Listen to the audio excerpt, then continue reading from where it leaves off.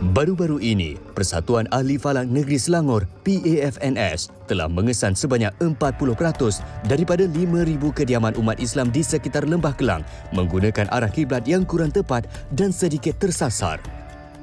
Namun begitu, isu ini telah disalah tafsirkan oleh sesetengah pihak yang menganggap bahawa arah kiblat di masjid sekitar negeri ini turut mengalami masalah sehingga menimbulkan pelbagai spekulasi.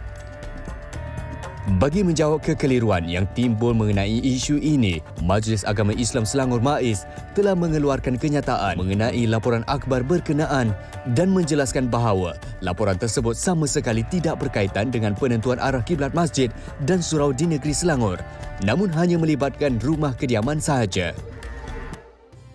Jabatan Ukur dan Pemetaan Malaysia (JUPEM) telah menyediakan perkongsian mengenai langkah yang digunakan untuk menentukan arah kiblat di kawasan kediaman. Menentukan arah kiblat ni, dia memerlukan satu pengetahuan teknikal yang teliti, iaitu bagi memastikan ketepatan arah kiblat yang ditandakan itu betul. Jadi kalau kami di Jabatan Ukur sebagai professional surveyor ini, kami menggunakan kaedah serapan matahari, iaitu bagi menentukan nak mendapatkan arah utara benar.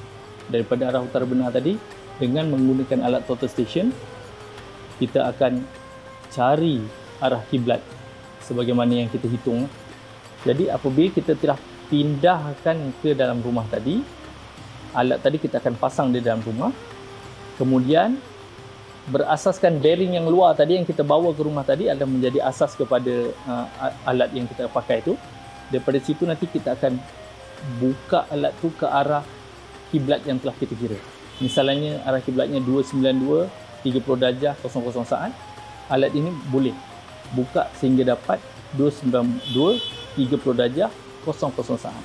Ketepatan alat ini dia boleh mendapatkan arah sehingga ke saat yang terakhir. Jadi seperti kompas misalnya, keupayaannya sehingga darjah saja. Dia hanya boleh dapat sehingga 292 darjah.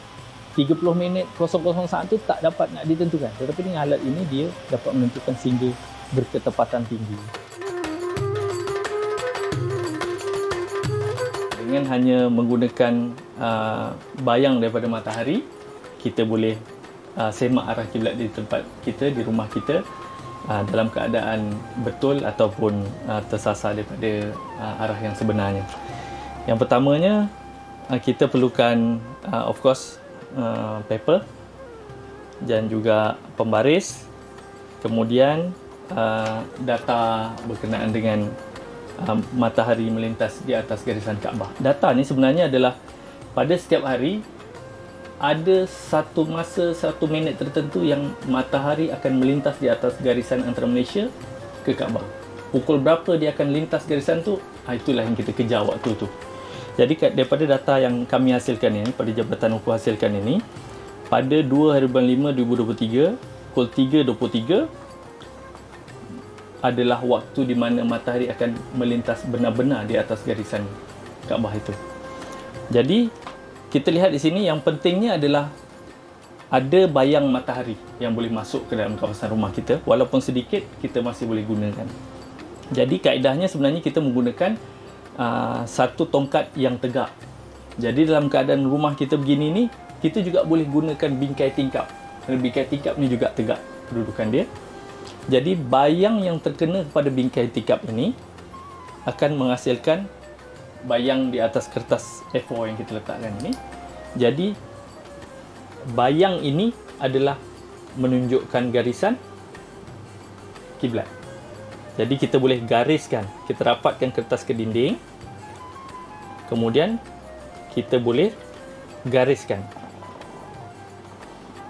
bayang tadi untuk kita mengetahui di manakah arah kiblat kita, ya? Itu yang penting. Tetapi kita harus berwaspada.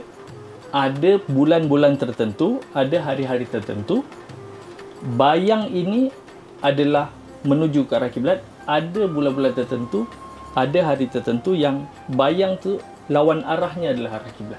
Jadi untuk hari ini bayang yang ada adalah lawan arah kiblat. Jadi ini tiang, ini bayang tiang, bayang ini adalah lawan arah kiblat. Jadi arah kiblatnya adalah ke arah sana. Setelah kita tandakan arah kiblat tadi menggunakan bayang matahari, jadi kertas yang sama ni kita boleh gunakan untuk menandakan arah kiblat di bilik-bilik yang lain dalam rumah ni juga, asalkan kita mempunyai dinding yang selari dengan dinding yang kita pakai tadi.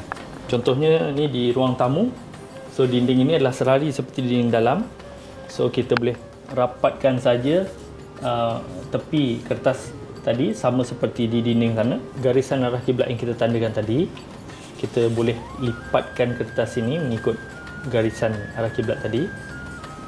Kemudian kita boleh tandakan stiker selari dengan kertas ini.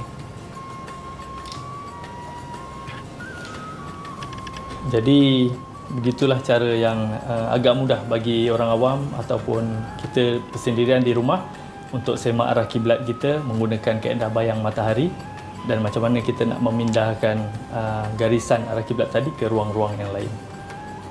Diharapkan perkongsian ini dapat membantu anda bagi menentukan arah kiblat untuk menyempurnakan rukun Islam kedua itu.